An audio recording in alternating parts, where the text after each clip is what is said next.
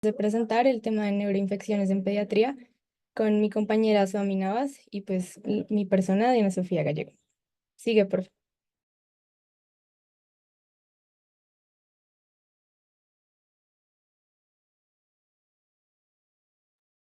Pues esta es la bibliografía que utilizamos.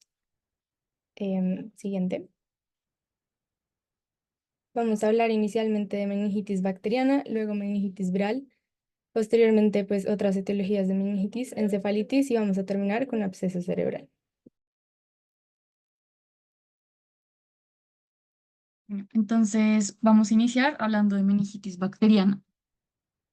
Entonces, para ello vamos a recordar brevemente qué son las meninges. Entonces, tradicionalmente teníamos tres meninges, que son la dura madre en su capa externa e interna, la aracnoides y la pía madre. Sí, ya. Y actualmente, desde el año pasado, se ha propuesto una cuarta meninge que se conoce como SLIM o membrana similar a la linfática subaracnoidea, que se encuentra entre la aracnoides y la pía madre. Y como su nombre indica, digamos que se han registrado algunas funciones similares al sistema linfático periférico, entre otras funciones de barrera. Bueno, entonces, hablando ahora sí de la meningitis, entonces esta es un proceso inflamatorio de las meninges que se ocasiona por infecciones, enfermedades autoinmunes, neoplasias y medicamentos. Sin embargo, en la charla de hoy hablaremos de aquellas ocasionadas por infecciones. Ocurre principalmente en las leptomeninges, es decir, la pía madre junto al aracnoides, pero puede también involucrar las paquimeninges o la dura madre en caso, por ejemplo, de hongos, de tuberculosis o meningitis por sífilis.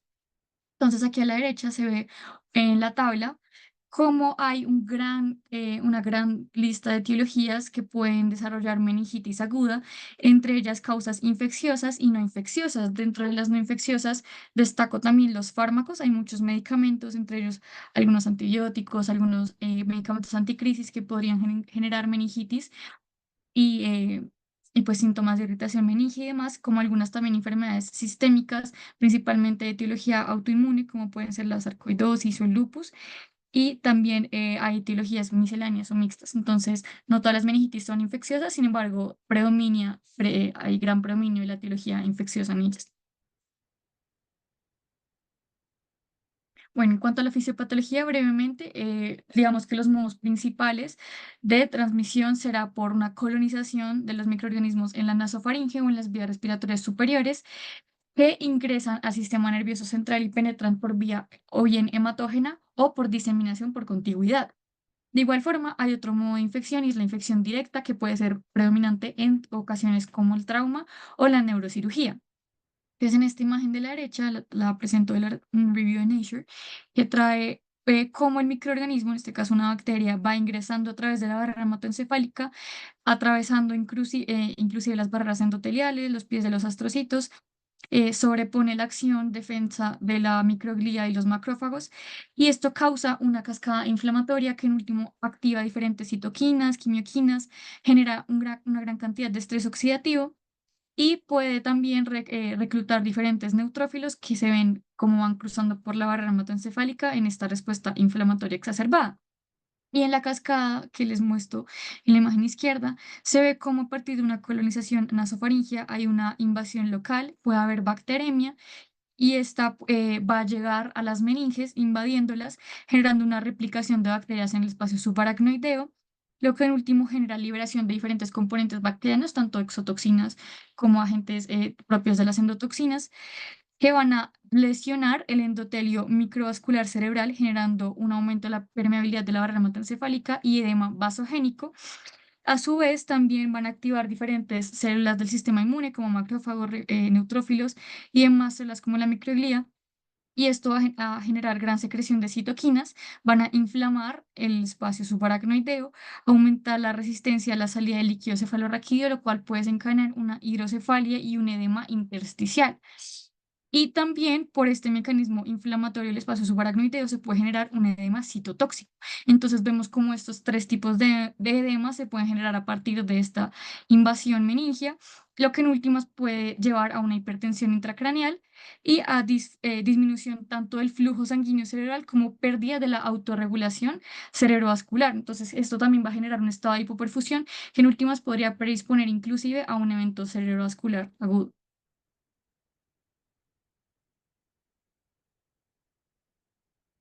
En cuanto a la etiología, entonces tenemos que es muy importante considerar la edad del paciente y algunas condiciones puntuales, debido a que esto nos va a determinar el agente etiológico más posible en nuestros pacientes por rasgos epidemiológicos. Entonces, es importante considerar que en menores de un mes las infecciones van a ser predominantemente por Streptococcus agalactiae, Escherichia coli, Listeria monocytogenes, que son principalmente adquiridas por el canal de parto. De 1 a 23 meses, es decir, los primeros 2 años, van a predominar también el Streptococcus agalactiae, el E. coli, pero aquí empieza a cobrar gran relevancia el Haemophilus influenza, el Streptococcus pneumoniae y la Neisseria meningitis, que vamos a ver que estos tres últimos microorganismos serán aquellos que predominan en la infancia y en la edad adulta también. De los 2 a los 50 años tenemos Streptococcus pneumoniae y Neisseria meningitis. Y en los mayores de 50 vuelve a cobrar relevancia la Listeria monocytogenes y los bacilos aerobios gram negativos se incluyen en esta etiología. De igual forma, como mencioné, hay unas características en población especial, como puede ser aquellos en estado de inmunodepresión, en donde predominan el Streptococcus pneumoniae, Neisseria meningitis, la Listeria, bacilos aerobios gram negativos, y es muy importante en estos pacientes considerar siempre que pueden tener una infección por Pseudomonas aeruginosa. En aquellos con fractura de base de cráneo, como mencioné, esto podría generar una etiología de invasión directa, y aquí podremos encontrar los estreptococos beta hemolíticos del grupo A.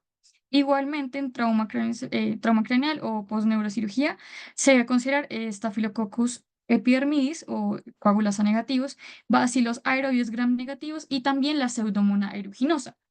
Entonces, tenemos que hay ciertos factores de riesgo, como mencioné, la edad es muy importante para considerar el agente etiológico, pero también otros estados como por ejemplo la inmunosupresión, tanto farmacológica como por trasplantes, cáncer, el VIH es muy, muy importante como identificarlo y la diabetes puede ser un estado de inmunosupresión inclusive.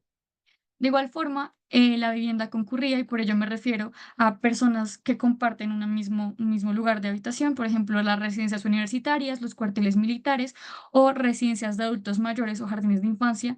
Es muy fácil como en la propagación de las meningitis en estas poblaciones y se debe, digamos, en estos casos vigilar también las personas que conviven con estos pacientes, debido a que es muy probable que hayan adquirido también alguna infección, que se hayan infectado. En los pacientes que hayan presentado una esplenectomía o disfunción esplénica pues, funcional, van a tener una predisposición a infectarse por microorganismos encapsulados, principalmente por Streptococcus pneumoniae. Entonces, es un factor de riesgo que debemos considerar también, junto al alcoholismo. Y entonces, a grandes rasgos, para resumir, los adultos tienen como principales agentes etiológicos el Streptococcus pneumoniae, la Neisseria meningitis y el Haemophilus influenza, mientras los niños tienen el la Escherichia coli y el Streptococcus agalactiae, y los adultos mayores y niños pequeños, es decir, en los extremos de la vida, va a cobrar gran relevancia la Listeria monocytogenes.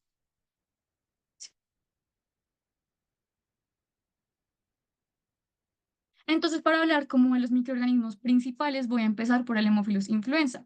Este es un cocobacilo gram negativo que va a colonizar las vías respiratorias de manera habitual en las personas.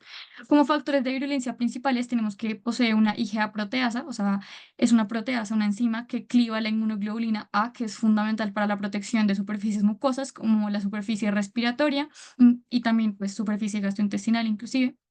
Tiene una cápsula de polisacáridos, lo cual también la puede hacer un agente biológico posible en pacientes con esplenectomía. Y en casos de meningitis tiene un mecanismo invasivo propiamente. Las cepas no tipificables del Haemophilus influenza nos van a generar infecciones de mucosas y principalmente infecciones respiratorias como sinusitis, otitis, inclusive neumonía. Y la cepa de tipo B es la que vamos a considerar principalmente en aquellas infecciones más severas como puede ser la meningitis o la epiglotitis. Entonces, en el caso de meningitis es muy importante considerar el Haemophilus influenza de tipo B. Y también algo muy relevante respecto a este microorganismo es que la incidencia de estas infecciones ha disminuido notablemente por la presencia de las vacunas conjugadas para este agente etiológico específico y ha tenido una reducción, se dice que de un 45% a un 3 a 7%. Entonces aquí, como recalco un poco la importancia de la vacunación para prevenir estas infecciones y las meningitis por estos agentes etiológicos tan prevalentes.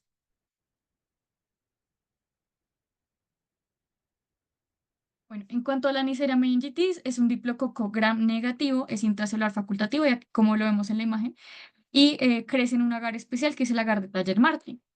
Este se transmite habitualmente por los aerosoles y es muy importante considerarlo en las personas que, como les mencioné, cohabitan en diferentes espacios, por ejemplo, en los dormitorios universitarios.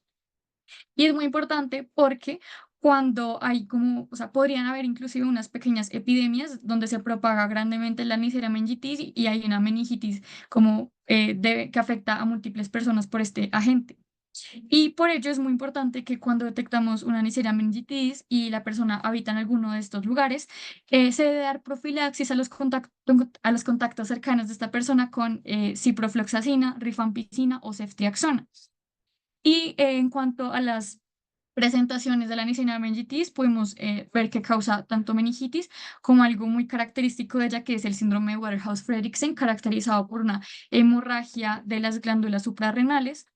Y esto es muy característico porque va a generar hemorragias petequiales, entonces va a generar como un rash petequial en los pacientes y pues es por esta insuficiencia suprarrenal por la hemorragia y es por ello pues que se debe también examinar la piel de los pacientes.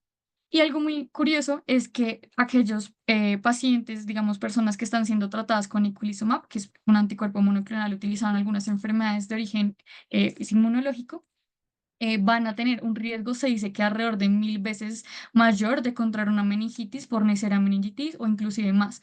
Entonces, en pacientes que tengan como antecedente farmacológico el uso de eculizumab, pues también se puede como predisponer a pensar en este agente etiológico.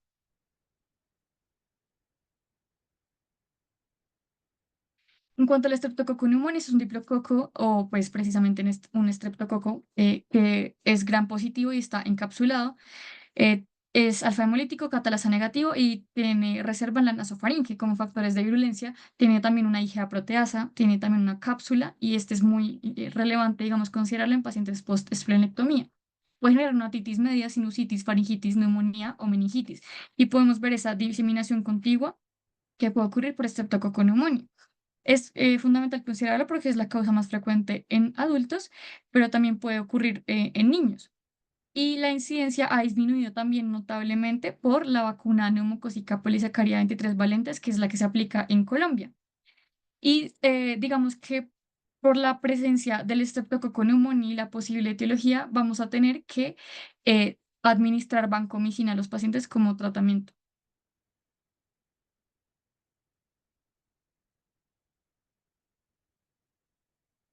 Sigue, por favor. Entonces, aquí traigo este esquema de vacunación para mostrar la relevancia de pues, la vacunación para disminuir la incidencia de estos agentes etiológicos. Entonces, podemos evidenciar cómo a los 2 meses y a los 4 meses y a los 12 meses se da la vacuna para el neumococo y como también tenemos a los 2, 4 y 6 meses vacuna contra el Haemophilus influenza tipo B. Entonces, desde que se incluyeron en el PAI, ha disminuido grandemente la prevalencia y es muy importante reforzar estas vacunas para disminuir el riesgo de meningitis en edades infantiles.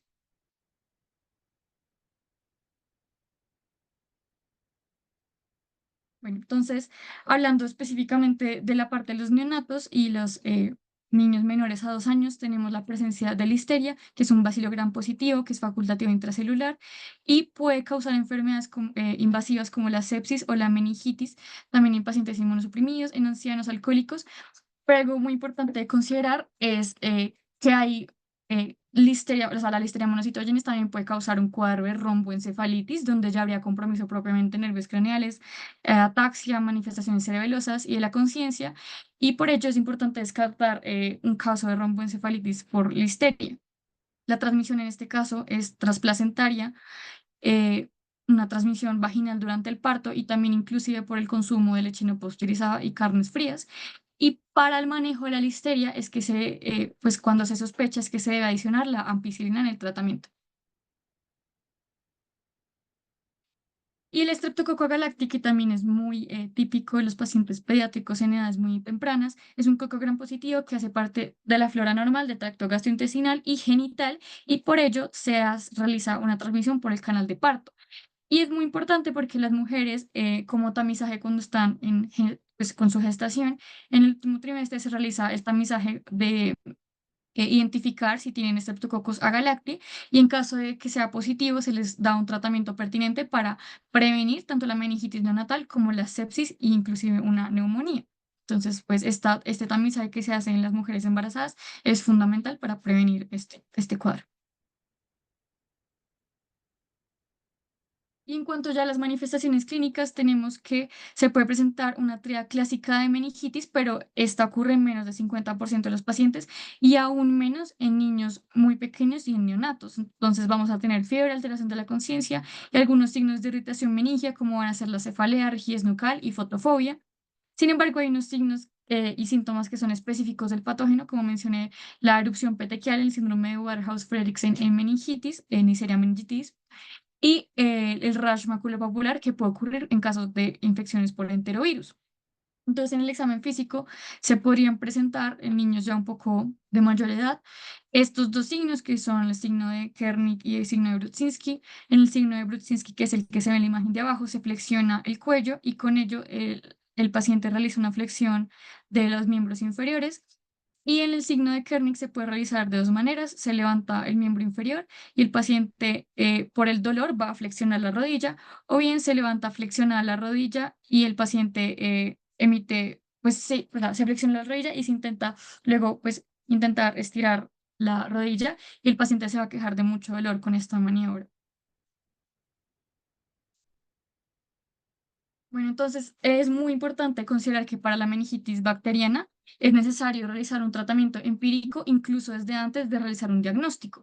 Esto es una emergencia neurológica que es fatal y por ello se debe realizar este tratamiento inicial y se puede realizar con ceftriaxona 50 miligramos por kilogramo intravenoso cada 12 horas o cefotaxime 100 miligramos por kilogramo IV cada 8 horas, adicionándole vancomicina 15 miligramos por kilogramo IV cada 6 horas, más dexametasona se puede adicionar en caso de que se sospeche estreptococo neumonía o Haemophilus influenza se ha encontrado 0,15 miligramos por kilogramo intravenoso cada 6 horas. Entonces, este tratamiento empírico es fundamental pues, antes incluso de realizar un diagnóstico como etiológico.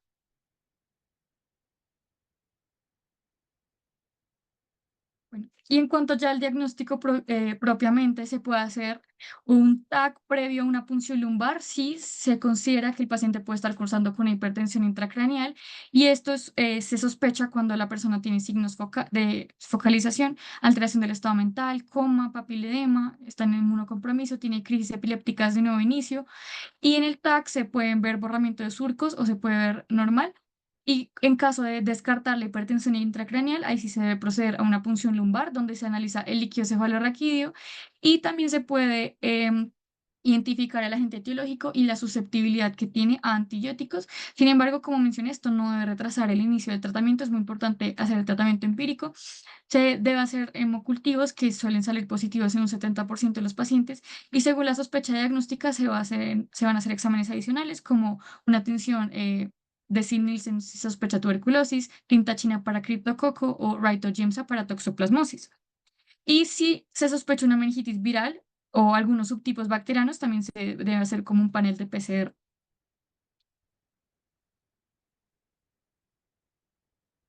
Y ya en cuanto al tratamiento de mantenimiento, entonces tenemos que ajustar el manejo dependiendo de la etiología que se identifique en la punción lumbar en los cultivos y la sensibilidad antibiótica. Entonces aquí pues tengo una tabla del manejo específico que se debería dar en población pediátrica dependiendo de la gente que se aísle. Tiene Streptococcus galacti, Listeria, Streptococcus pneumoniae, Neisseria meningitis o Haemophilus influenza tipo B, que lo pueden pues, revisar más a detalle. Y algo también que va a cambiar será la duración de los antibióticos de acuerdo al agente etiológico, que pues ahí también está en la tabla.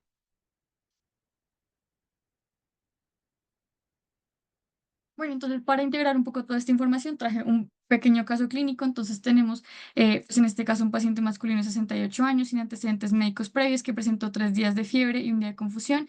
2 días antes había sido tratado con penicilina intramuscular por presunta neumonía y dado de alta, aunque seguía febril y letárgico, no tenía dolor de cabeza, náusea ni emesis. El examen reveló una temperatura de 39 grados con obnubilación, rigidez de nuca y signo de Brunskiski positivo, pero sin déficits focales. Se solicitan hemocultivos, realizó un TAC de cabeza sin contraste, no presentó hallazgos anormales.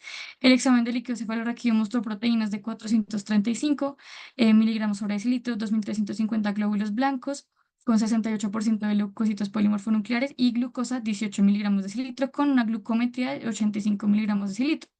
Se inicia vancomicina empírica, ceftriaxona y ampicilina junto con dexametasona. Entonces, pues seguir, por favor. Aunque aquí se presenta la explicación y es que el paciente presenta 3 de las 4 características clásicas, que es fiebre, rigidez de nuca y disminución del nivel de conciencia. Con el TAC con el TAC que se realiza por la disminución del nivel de conciencia, se como asegura que no hay un aumento de la presión intracraneal y por ello se procede a realizar la punción lumbar. Sin embargo, no se retrasa el inicio de los antibióticos empíricos. Pues seguir. Listo. Ahora, pues siguiendo con otra etiología de meningitis, sigue por favor, que es la viral.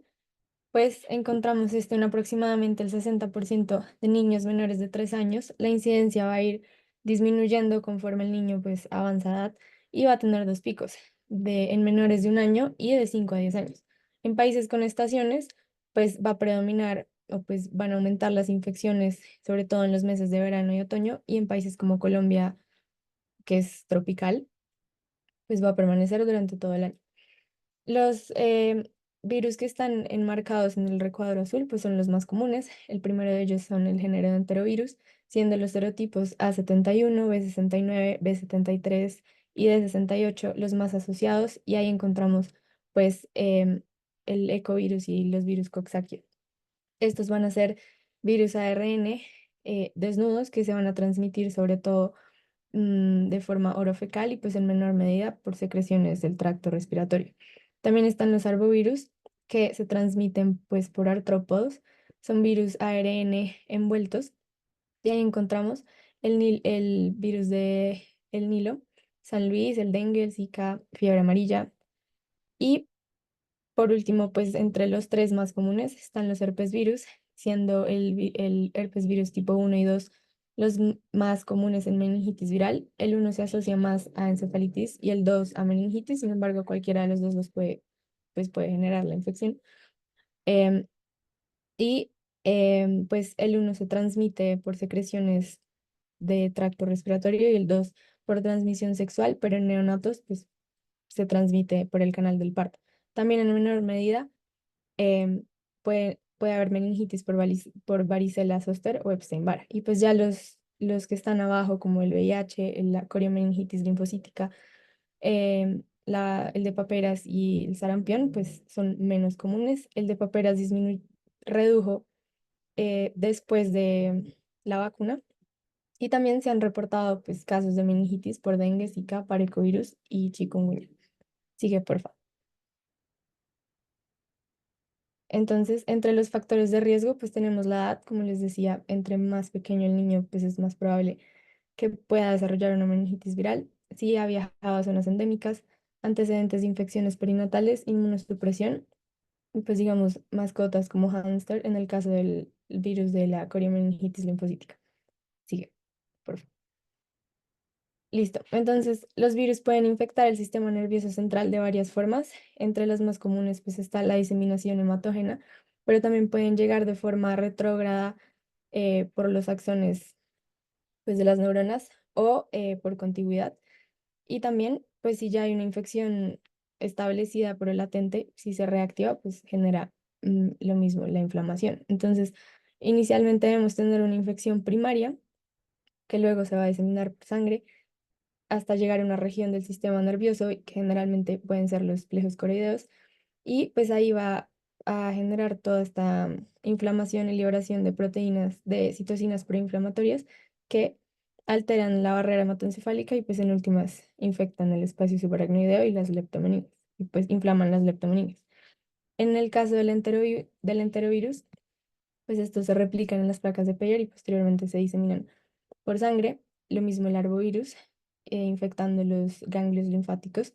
Y pues los virus del herpes se diseminan de forma hematógena, pero también por extensión directa o vía neurógena. Sigue.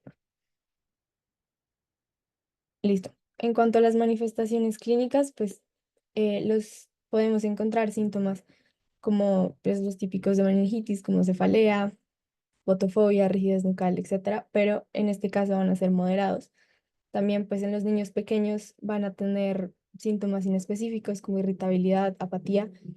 Es importante indagar por infecciones gastrointestinales o respiratorias previas que pues nos ayuden a guiar la etiología y también por factores de riesgo como que hayan viajado a algún lugar endémico o que hayan tenido alguna infección perinatal, etcétera. En el examen físico, pues vamos a evaluar el estado de conciencia. Los signos meningios de Kernick y de Brudzinski pueden estar presentes o incluso ausentes. Las lesiones cutáneas como exantemas pues, de infecciones virales es importante evaluarlas, como por ejemplo en las fotos de abajo está en la enfermedad de mano, pie y boca, pues las lesiones maculopapulares o la herpangina, que también es causada por virus de Coxsackie. Y las linfadenopatías o hepatomegalia también se pueden encontrar cuando hay infecciones por virus de Epstein-Barr o VIH. Sigue.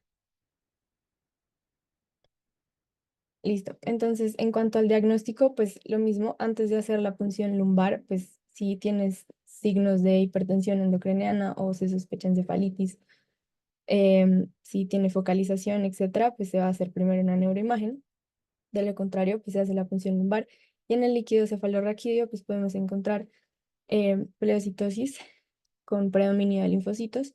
Las proteínas pueden estar aumentadas entre 50 y 100 miligramos por decilitro y la glucosa puede estar normal o baja, pero nunca menor de 40 miligramos por decilitro, que es lo que se suele encontrar en meningitis bacteriana. También podemos utilizar otros estudios de laboratorio como la PCR, que es la ideal en el caso de este tipo de etiología.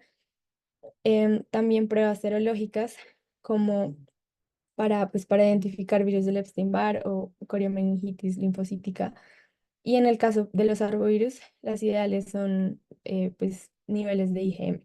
Los reactantes de fase aguda en general no van a estar alterados y de hecho como este criterio nos puede ayudar para diferenciar entre meningitis bacteriana y viral. Eh, y pues actualmente hay pues nuevas técnicas como la secuenciación de DNA. Sigue. Listo. Entonces, pues aquí podemos ver qué virus se pueden identificar a través de PCR, como el herpes virus, el enterovirus, citomegalovirus.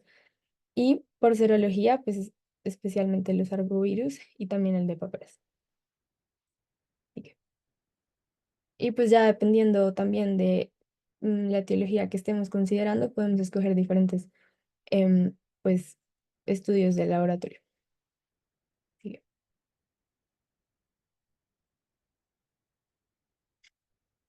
Ahora bien, igual diferenciar entre meningitis bacteriana y viral, pues es difícil y por eso se hacen todos estos estudios paraclínicos y pues de líquido cefalorraquídeo. Sin embargo, existen estas escalas para esclarecer un poco mejor el diagnóstico. Entonces tenemos la escala de meningitis bacteriana que pues evalúa la tensión de Gram, los neutrófilos, proteínas en líquido cefalorraquídeo, neutrófilos en sangre y la historia de convulsión. Y pues si el puntaje da mayor o igual a 1, es más probable que la etiología sea bacteriana. Y lo mismo con pues este score de emergencias. Si el valor del puntaje es mayor o igual a 1, es más posible que sea bacteriano. El BMS es válido a partir de los 3 meses y el de emergencias es válido a partir del mes y como pueden ver, pues tiene en general un buen rendimiento. Sí, listo. Y ya en cuanto al manejo, pues generalmente este tipo de meningitis pues inician con antibióticos empíricos mientras van descubriendo la etiología y luego se descontinúan, perdón, y pues se les administra analgésicos o antipiréticos para el manejo de los síntomas líquidos si es necesario y es muy importante la estricta vigilancia a las complicaciones como convulsiones, aumento de presión intracraneal y el compromiso respiratorio. En cuanto a antivirales, pues principalmente se usa la ciclovir intravenoso para manejar la infección por herpes virus, que pues lo que va a hacer es a bloquear la replicación del DNA y pues según la edad se administra la dosis. Entonces, en neonato, 20 miligramos por kilogramo cada 8 horas. En menores de 12 años, de 10 a 15 miligramos por kilogramo cada 8 horas. Y en mayores de 12 años, de 10 miligramos por kilogramo cada 8 horas. Y generalmente la recuperación va a tomar entre 5 a 14 días, o pues, de 5 a 14 días. Sigue por. Listo. Entonces, pues lo mismo para integrar todo esta información, pues trajimos un caso clínico. Entonces, tenemos un paciente de 7 años quien ingresa al servicio de urgencias por cefalea, vómito, fiebre y dolor cervical. Al examen físico presenta rigidez nucal y tiene Brudzinski positivo, pero Kernick negativo. Como les decía, pueden estar presentes o ausentes, o puede estar uno o el otro en meningitis viral. En los paraclínicos, pues los leucocitos en sangre están normales, al igual que la proteína C reactiva, y pues le piden una PCR que se demora como mientras llega el resultado. Le hacen una neuroimagen y tampoco encuentran ningún hallazgo patológico. Sigue. En el análisis del líquido cefalorraquídeo, en general, pues los parámetros están normales. Tiene leucocitos aumentados porque hay más de 5 leucocitos por milímetro cúbico, predominando los eh, mononucleares, y pues el gramo es negativo, lo que indica que es aséptica, y pues ya al final la PCR da como resultado enterovirus. Sí.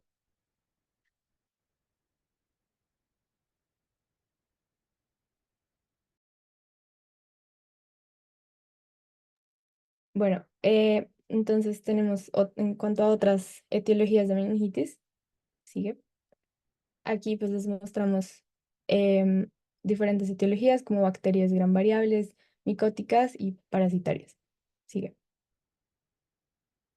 Listo. Vamos a hablar específicamente de la meningitis por tuberculosis. Entonces, la tuberculosis pues, es un bacilo gran variable aerobio intracelular facultativo ácido alcohol resistente. Este pues es una infección bastante prevalente alrededor del mundo y Colombia no es la excepción. Los niños son los principales en manifestar una infección activa y pues en adultos es más probable encontrar infecciones latentes, y de 1 a 2% de los niños que se infecten con tuberculosis van a desarrollar meningitis y generalmente va a prevalecer entre el rango de 3 años a 5 años. Un hallazgo común en estos niños es que tuvieron un contacto con alguien pues, que estaba infectado con la bacteria, y los factores de riesgo que podemos encontrar pues es inmunosupresión, viaje o que viva en un país endémico de tuberculosis, hacinamiento y desnutrición. Sigue. Listo, entonces en cuanto a la fisiopatología, pues tenemos una infección primaria que posteriormente el bacilo se disemina, y al infectar células del sistema inmune los va a utilizar como caballo de Troya para poder atravesar la barrera hematoencefálica.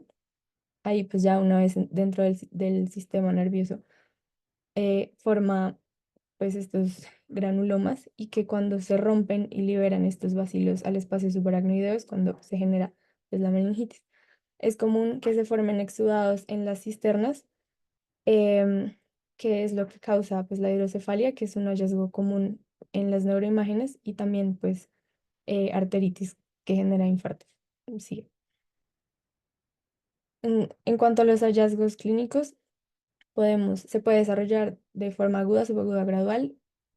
Los síntomas iniciales son bastante inespecíficos, como fiebre, irritabilidad, apatía, también anorexia. En niños más pequeños podemos encontrar fiebre y tos, fontanela bombada, convulsiones, alteraciones de conciencia, y en niños pues ya más grandes el principal síntoma es cefalea, pero pues también fiebre, náuseas, vómito. Y conforme avanza la enfermedad, pues vamos encontrando más signos focales, alteración del estado de conciencia y también alteraciones pues, motoras.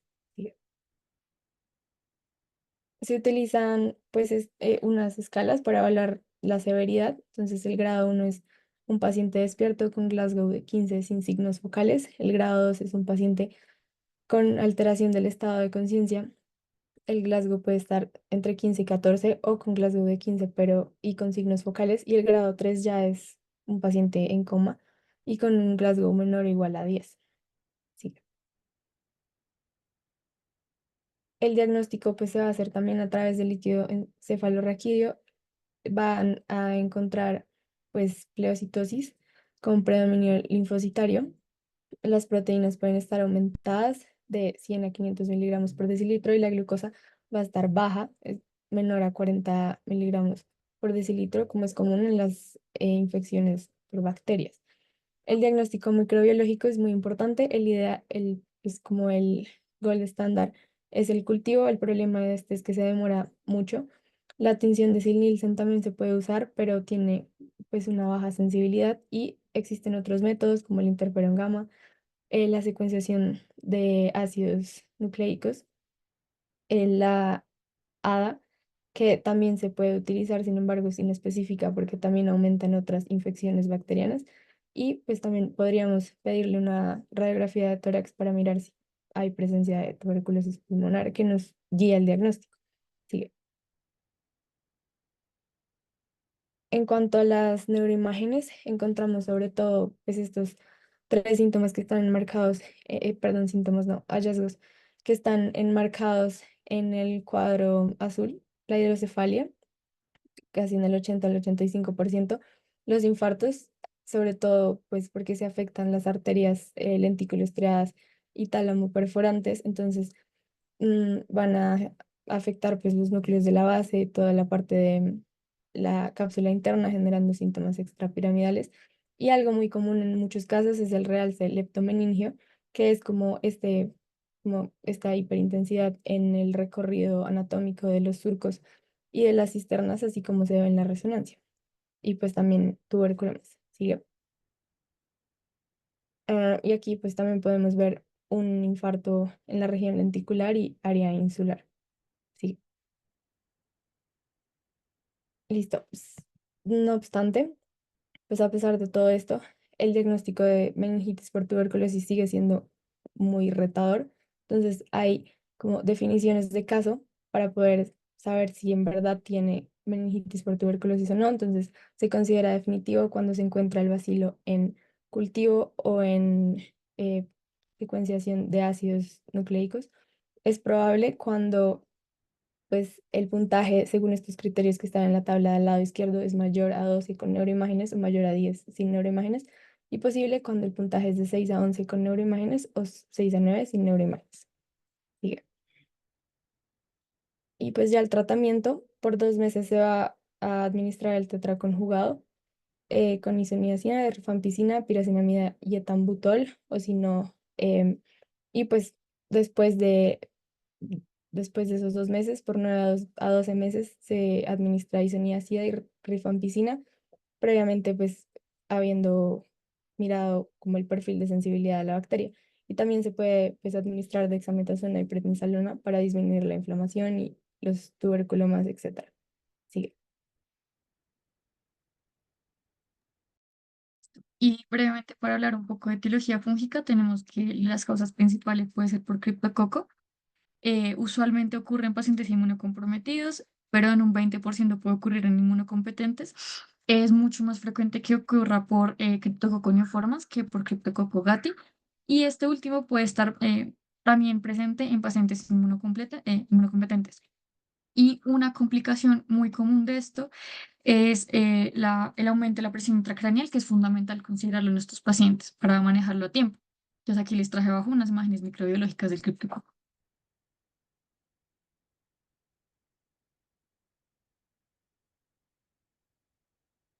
En cuanto al diagnóstico, lo ideal sería detectar el antígeno criptococo en sangre o en líquido cefalorraquídeo, y esta prueba es altamente específica, sensible y es sencilla de usar.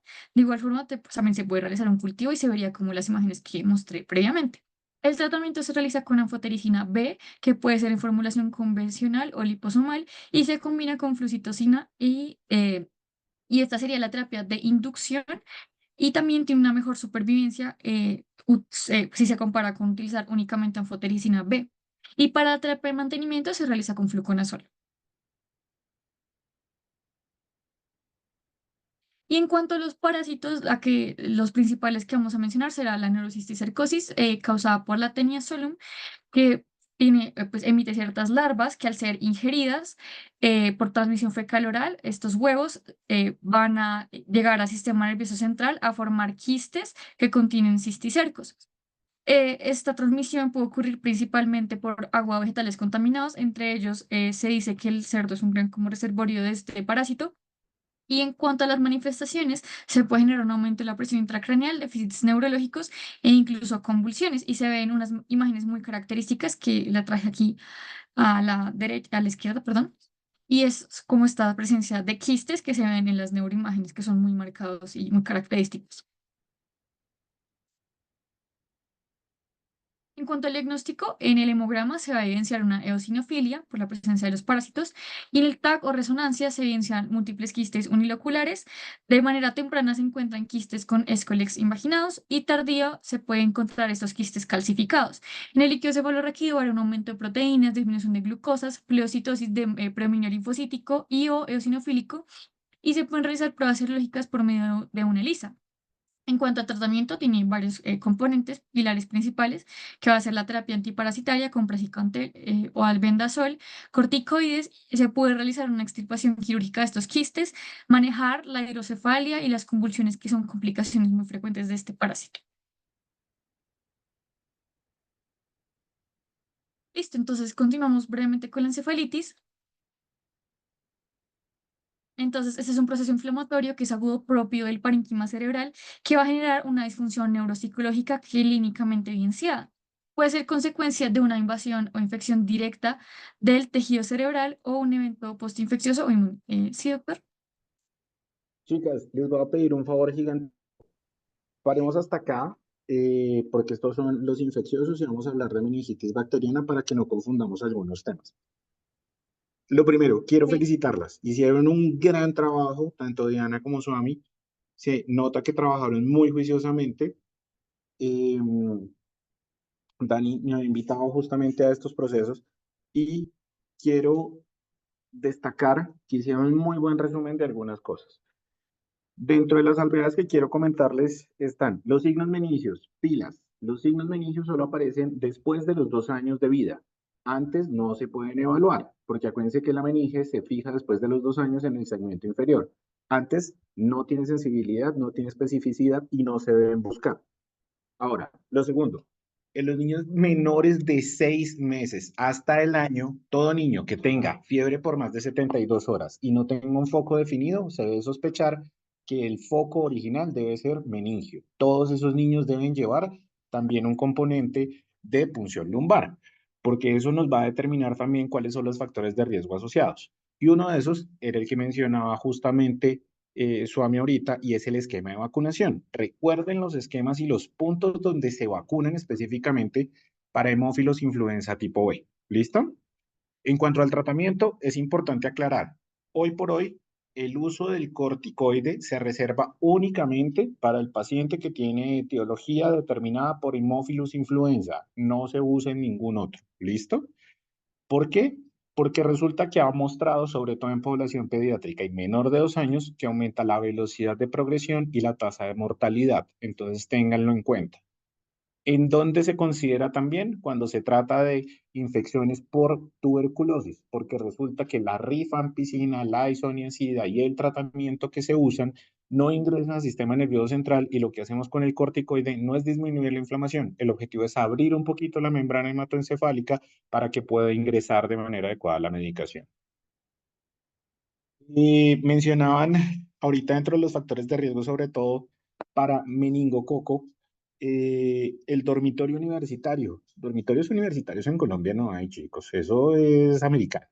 Entonces, acá pilas con las guarderías, pilas con los colegios y pilas con las agremiaciones en las casas, porque ahí sigue habiendo muchas casas familiares, esas familias grandes que viven la abuela, la tía, la prima, los 9 sobrinos y demás, entonces ahí aparece. Y ahorita les voy a contar una historia terrorífica ocurrida el día de hoy.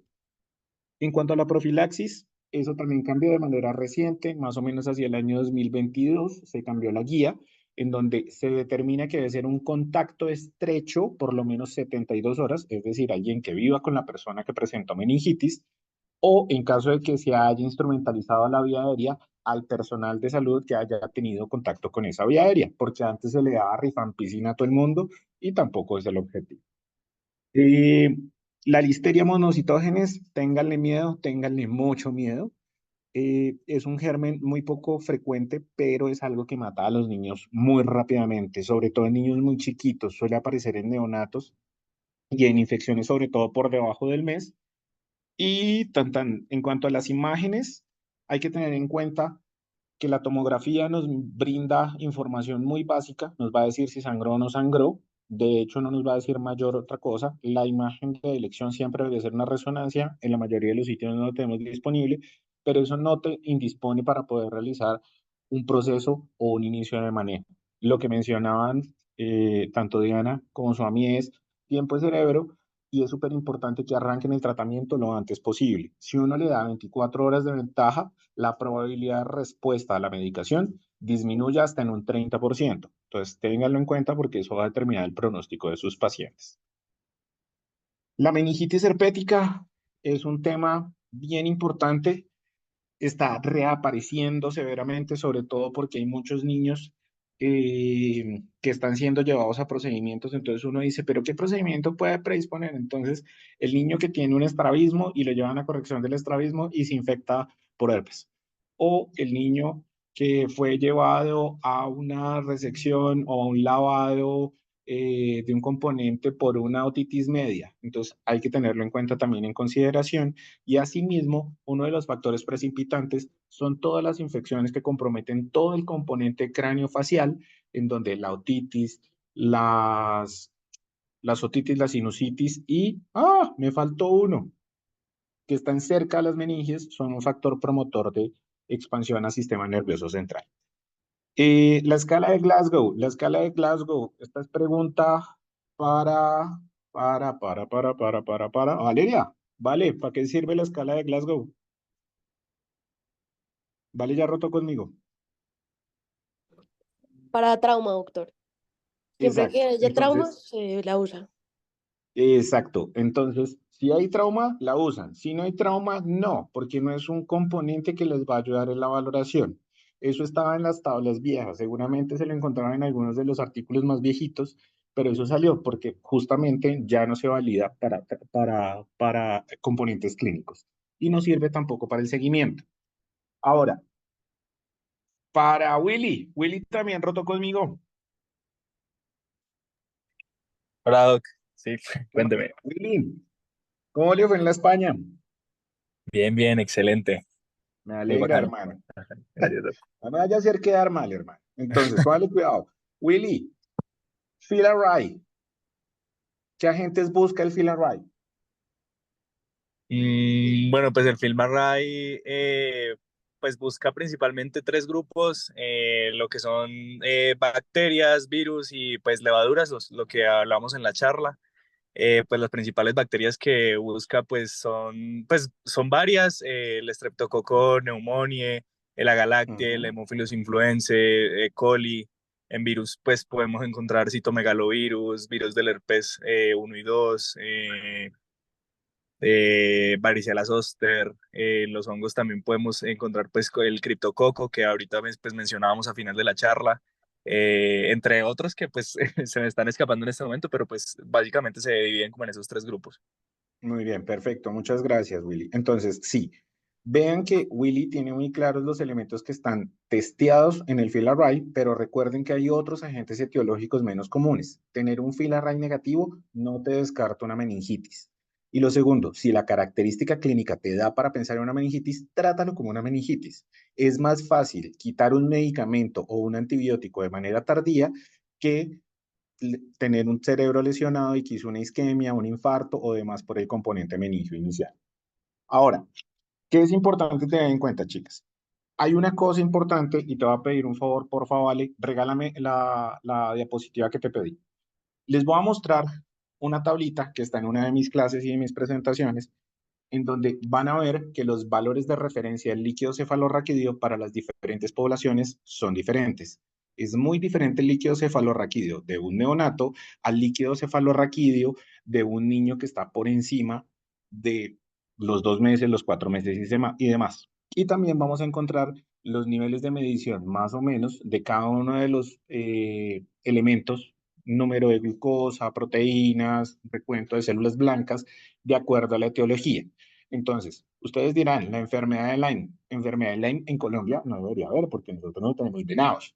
Esa vaina lo transmiten los venados y las pulgas del venado. Pero me llegó un caso a la Santa Fe. Entonces, eso es una de las cosas que sucede.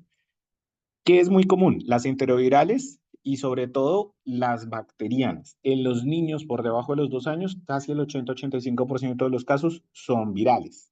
Por encima de los 2 años ya se va haciendo un poquito más parejo, pero predomina, y por encima de los 8 o 9 años, o el niño ya escolar, es un niño que predomina en los componentes bacterianos.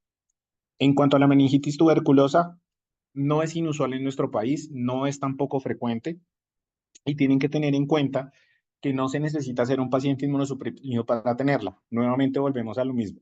Las casas donde viven muchas gentes, familias grandes, el abuelito tosedor toda la vida probablemente tenga un componente tuberculoso y es el niño que empieza con síntomas de cefalea inespecíficos, de caído, que no come, a veces hacer un poquito de pérdida de peso, empiezan a buscarle otra cosa y ahí está la sorpresa.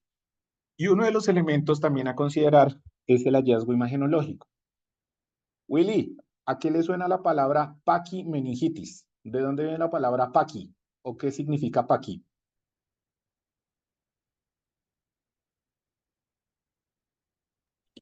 Mm, Uy, doctor, no sé, ¿Búsqueda no me rápido en acuerdo. Google o qué? Paquimeningio. ¿A qué le suena paquidermo, Como muchachos? obtura ¿Alguno sabe? madre. Es una de las ¿Aquí no tres. era elefante? Sí. ¿A qué, perdóname, Suami? ¿No era elefante? Sí, señora, grueso. Paqui quiere decir grueso. Entonces, paquimeningitis quiere decir que tiene un componente de todo engrosamiento de todas las tres meninges. Y ese es el hallazgo más común que se encuentra en las meningitis tuberculosas, en las de algunos eventos como sarcoidosis y otras características. Ese es un hallazgo que le dice a usted que ese paciente va a ser de muy difícil tratamiento y un paciente que va a tener una recuperación muy lenta, porque son factores pronósticos asociados. Ahora, ¿qué es otra cosa a tener en consideración, chicos? Acuérdense que tiempo es cerebro, no solamente en ACV, eso aplica para absolutamente todo. Y estos pacientes, si no los intervenimos de manera temprana, son pacientes que van a quedar con secuelas, no solamente neurológicas, sino funcionales y de costo para la sociedad. Muchos de estos niños van a crecer y muchos llegan a la edad adulta y es el paciente con discapacidad cognitiva severa, con discapacidad motora severa, con epilepsias refractarias, entonces hay que buscar la consideración. Creo que eso era lo que tenía para comentarles hasta ahí. Encefalitis es otro tema, chicas. Muchísimas gracias. Hay encefalitis virales, eh, pero hay que tener en cuenta que las encefalitis se dividen en infecciosas, no infecciosas y las causas raras. Entonces, eso es otro tema que preferiría que no nos mezcláramos ahí momentáneamente.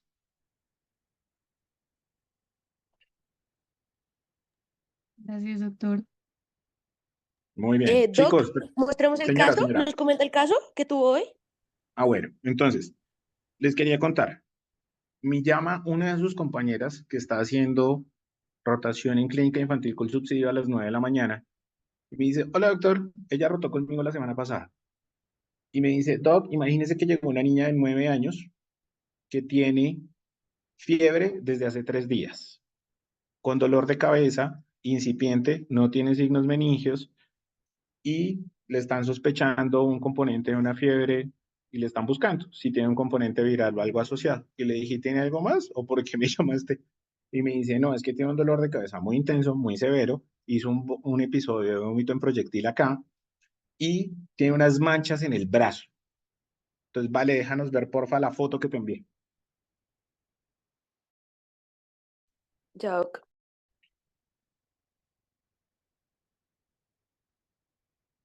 Pongo siempre a correr a Vale.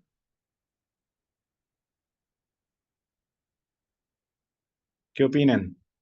¿A qué se les ¿Ahí parece? se ve? Señora, Ahí se ven, ¿sí? sí Sí, ahí señora. se ve. Una de las etiologías que ustedes Pues mencionaron, chicas. son unas Son unas manchas, las manchas que ustedes mencionaron, son unas manchas maculopapulosas ahí que parecen como petequias, parecen Ujú. como uno los confundiría, pues por lo que son de 2 Les centímetros. quiero presentar un meningococo. Y oh sorpresa, cuando hicieron la indagación, la prima de esa paciente la tengo hospitalizada en San Ignacio con una meningitis por meningococo.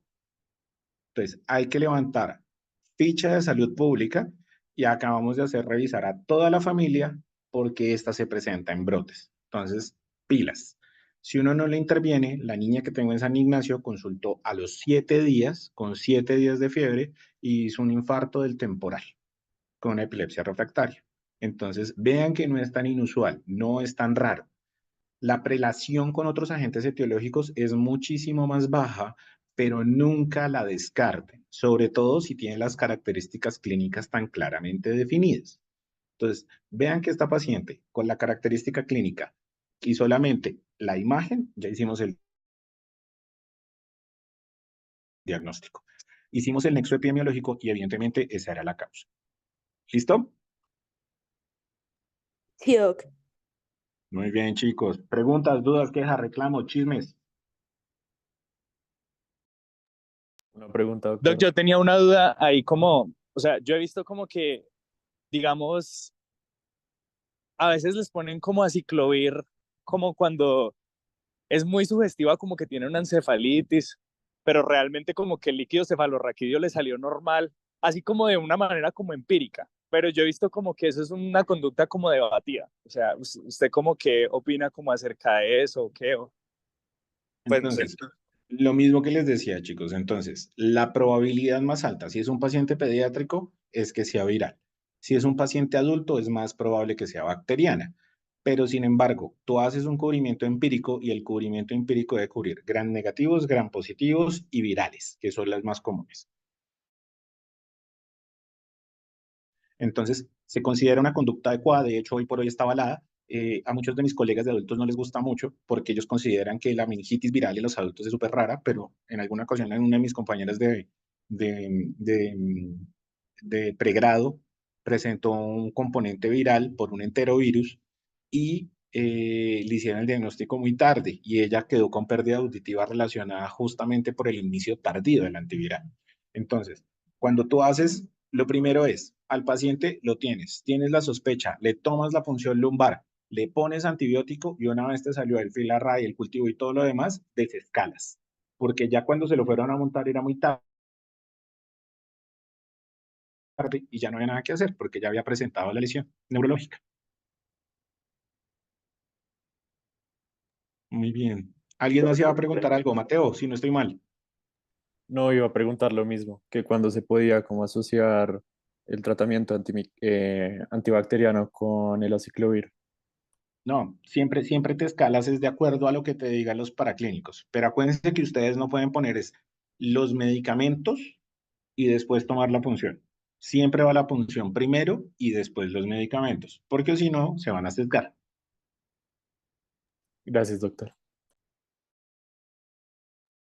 Yo tengo una ¿Vale? pregunta. Chicos, ¿alguien más? Doc, sí, yo. Dime, vale. Cuando tienen este rash, es decir, pues yo estaba leyendo un poquito, ya tienen septicemia, cuando les vamos a dar el manejo antibiótico, uno se lo escala un poquito, le pone ceftriaxona más algo, más banco, por ejemplo, o le deja solamente ceftriaxona, como un Te manejo vas. empírico. Haces el manejo empírico, porque digamos que la característica clínica, pero esta china perfectamente pudo haberse golpeado con una pared del día anterior porque se fue a jugar voleibol y tiene un hematoma por otra causa. Aquí fue mucho más sencillo porque tenemos un caso relacionado y tenemos un diagnóstico ya establecido en una paciente que tiene contacto estrecho con ella. Entonces, aquí fue bola bola, pero eso no es lo usual. Entonces, te vas al manejo empírico. Seguramente cuando nos salga el perfil del filarray y lo demás, nos va a decir, sí, vea que era un meningococo, pero si no, si no te lo mandaste completo, pudiste haberte comido completamente una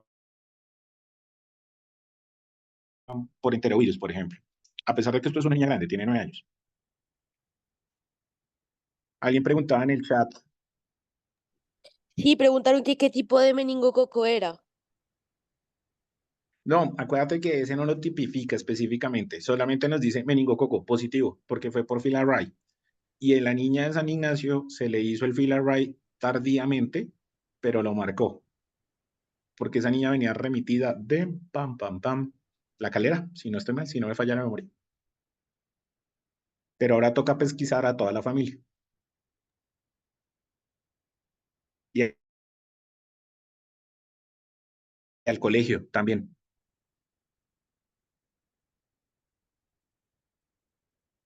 Muy bien, chicos. ¿Preguntas? ¿Algo más que quieran saber? Sí, doctor, yo tengo una pregunta. Claro, Em, Pau. ¿Por qué ocurren las hidrocefalias, por ejemplo, sobre todo en la meningitis tuberculosa? Ok, entonces, Willy, respóndala.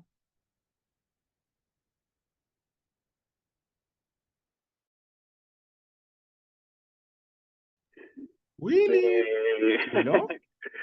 doctor,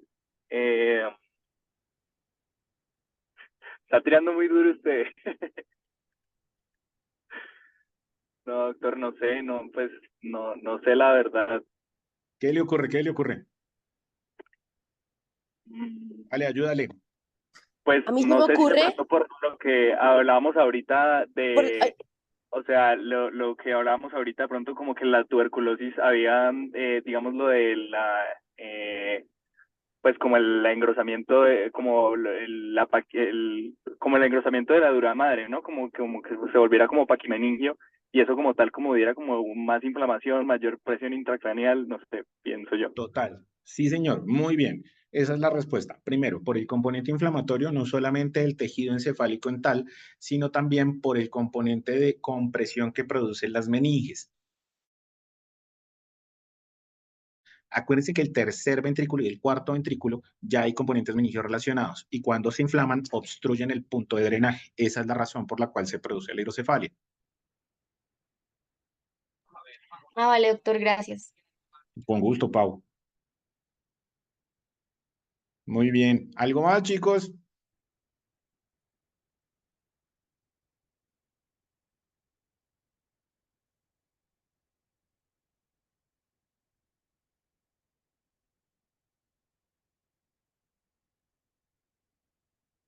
Me Doc, preocupo por yo, este mi silencio, refleja, señora. no, no, mi pregunta es respecto a la dexametasona. Yo tenía entendido que pues la dexametasona aquí el papel que cumplía era así solamente. Vale, te perdí. Doc, ¿me escucha? ¿Se escucha Ahora cortado? sí. Sí, ya ahora sí te escucho. Dime. Es respecto a la dexametasona. O sea, yo tenía entendido que el mecanismo, pues, por el cual lo ponemos es por eso, porque disminuye la respuesta inflamatoria. Pero entonces, cuando es para tuberculosis, para pues que pueda generar la permeabilidad, pero también serían los dos, o no es ese mecanismo. O sea, yo Realmente lo entiendo que que es sucede para. con realmente lo que sucede con la dexametasona es que inicialmente se usaba para cualquier cuadro meningio. Después se dieron cuenta que tiene un problema y es que si tú le estás abriendo, sobre todo cuando tiene un paciente septicemia, porque llegó por diseminación hematógena, empeoraba los cuadros y se morían mucho más los pacientes. Por eso actualmente la única indicación, y eso es pregunta de examen de residencia, anótenla por si les sirve, es en qué caso se usa dexametasona en contexto de meningitis, únicamente por hemófilos influenza, porque produce compresión y lesión del nervio auditivo. Entonces, esa es Mm, la razón. En tuberculosis se usa para desinflamar un poquito el componente meningio y abrir un poquito y permitir la entrada de los medicamentos. Si quieren chismearse, si quieren, búsquense penetración de antibióticos a sistema nervioso central y se van a llevar una gran sorpresa, porque muchos de los antibióticos no entran, y específicamente rifampicina, isoniazida, tambutol y demás, si no tienen un coadyuvante, no van a entrar. Entonces, por eso se usan en TBC. no, ok. Muchas gracias, Doc.